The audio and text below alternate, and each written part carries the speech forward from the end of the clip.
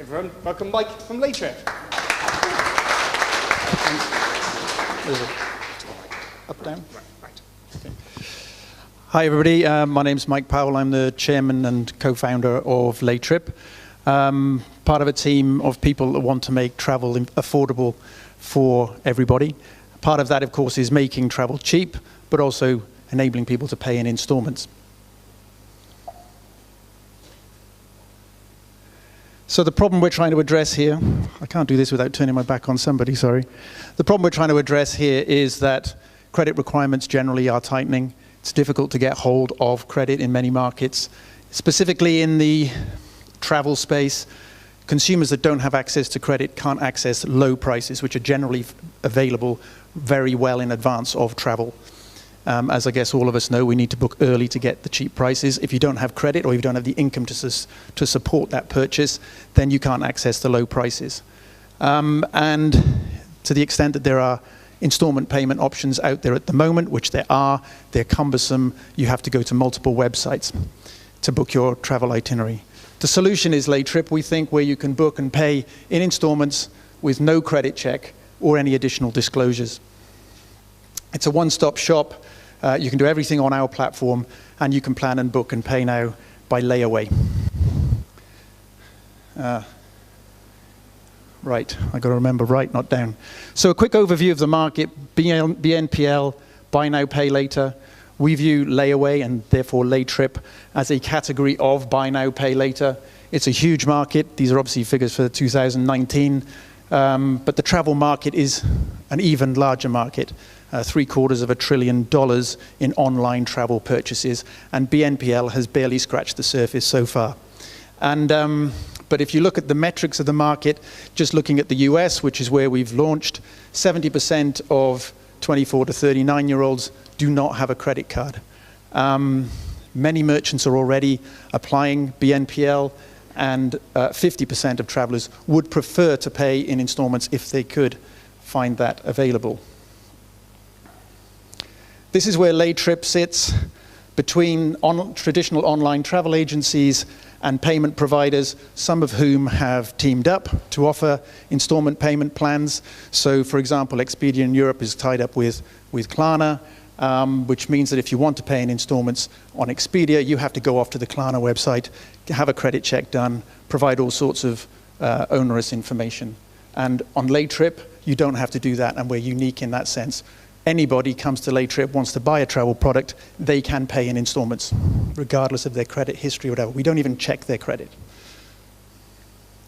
So our differentiators are that we have customizable payment plans, so you can pay a different size deposit, you can pay weekly, you can pay bi-weekly, you can pay monthly, but you do have to pay everything before you travel. We're a one-stop shop, as I mentioned. You can do everything at laytrip.com. You don't have to go off to a third-party website. There are no credit checks, no interest, and no late payment fees. And eventually we see this as being worldwide, something that we can offer in every market, though thus far we've launched in the US. Default risk. Well, you know, this is kind of, I suppose, the secret sauce in some sense. Of course, this is a lending business, and default risk is important. So we manage that default risk in two ways. Firstly, by having sensible commercial terms. We do have minimum deposits depending on when you're booking, how far in advance you're booking. You have to pay all of your installments before you travel, as I mentioned, and we bundle the products. So some travel products that we have to buy for that consumer are refundable, others are non-refundable. Mostly flights are non-refundable. 95% of flights are non-refundable. So the second way in which we manage the risk is by applying data science, by reliably predicting the price of the non-refundable element of travel, which essentially is the airfares. And this is a very typical pricing curve. I mean, we all kind of know this for flights, that if you book well in advance, you can get pretty cheap prices, but actually prices tend to dip and then rise as you get very close to the day of departure. We know this because a lot of us have got low-cost airline industry backgrounds, revenue management systems and technology, so forth.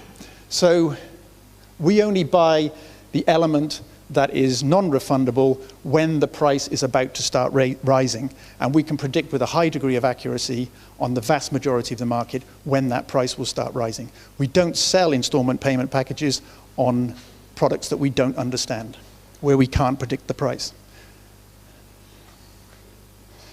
Well, what I should say, though, of course, is what we do then is we're able to collect the majority of payments on an installment payment plan before we've even laid out any capital.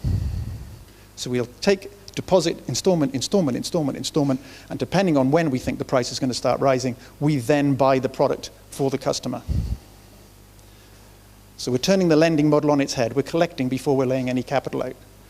And data science lies at the heart of everything we do. The products we sell, the way we price them, the way we market them, and our risk management. A few KPIs on the business. These are the bookings that we are anticipating taking in 2022. We've only just come off beta and gone live very recently. We've done a handful of bookings only so far. We haven't put any marketing behind it yet. That's why we're here and looking for funding. But we see the business growing very rapidly over the next 5 years to these kind of numbers. Average value for booking, as you can see, and the gross revenues for us as a business. Funding, we're doing a seed round at the moment, looking to raise $5 million. And the funding vehicle is a UK company called Laytrip Holdings Limited. We're raising the money via an advanced subscription agreement, which is essentially the UK equivalent of a SAFE.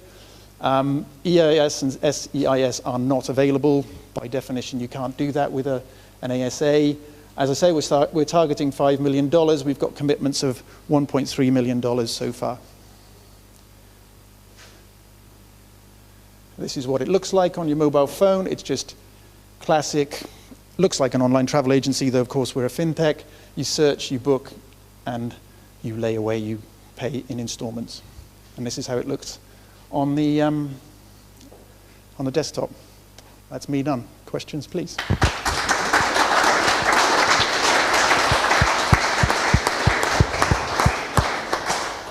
Mike, thank you very much. And for someone who was a little bit unsure about buy now, pay later, what I like in what you're saying is this gives everybody, it's a very inclusive product to allow people to buy prices at the more cost-effective price. All of that is great. You said about Experian partnering with Klarna to offer some Expedia to offer something similar. Mm-hmm.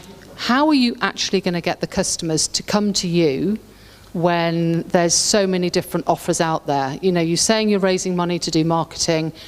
There's a hell of a lot that you've got to do to get the consumer to come to you, to know you, to trust you, and actually to want to buy with you. But so how are you going to do that? Yeah, great question. We're not going to try to compete with Expedia's marketing budget. We're not going to do things in a entirely conventional way, digital marketing and so forth. We think the right way to go, a number of routes, we will spend some money on that, but very little, is to go down the influencer route.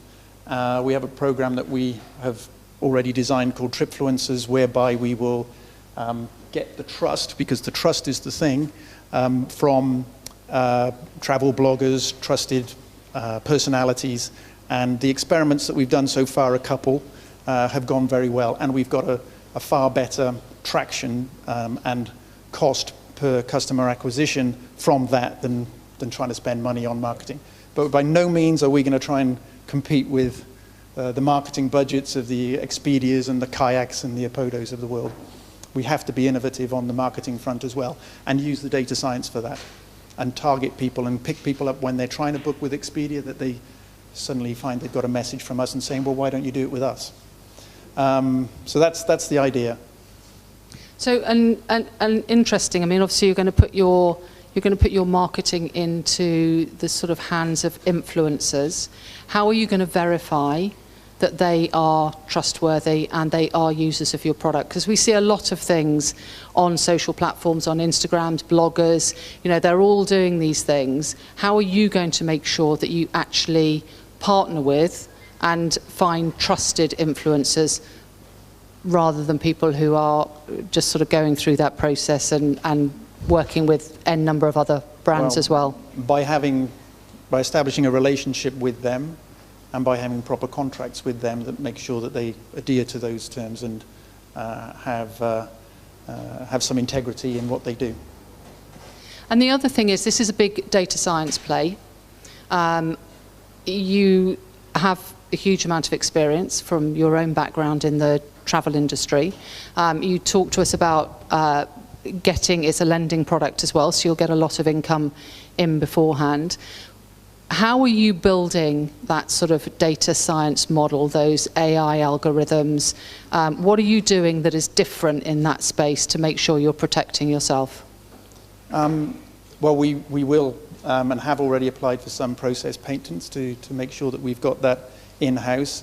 But I think the key here is that we're bringing together a team of people who have a unique set of experiences. So it's travel industry, it's finance, consumer finance, it's also investment banking finance, because we'll need to put a trading system behind this to make sure we're managing the risk properly. And it's also technology. So our CEO is the former CTO of Wizz Air, the low-cost airline, very much a tech-enabled business, and he's leading all of the data science efforts. So, yeah, I mean, we are building up an understanding of the pricing of every route that we're tracking, which at the moment is everything in and out of the US and within the US. So that means that we are sampling fares every day, a year forward, for every day, a year forward, on every route in and out of the US. That's a huge amount of data. And, excuse me, and building up that database and the intelligence that goes behind that is going to be our main barrier to entry. We've done an awful lot of testing on historic data. One of the reasons we started in the US is because there's a lot of historic data that you can access, particularly on domestic routes. Sorry, I'm running over. Yeah. I'll stop now. And, but that's the key, really, is understanding the pricing of the product. Thank you. Thank you very much. Thank you.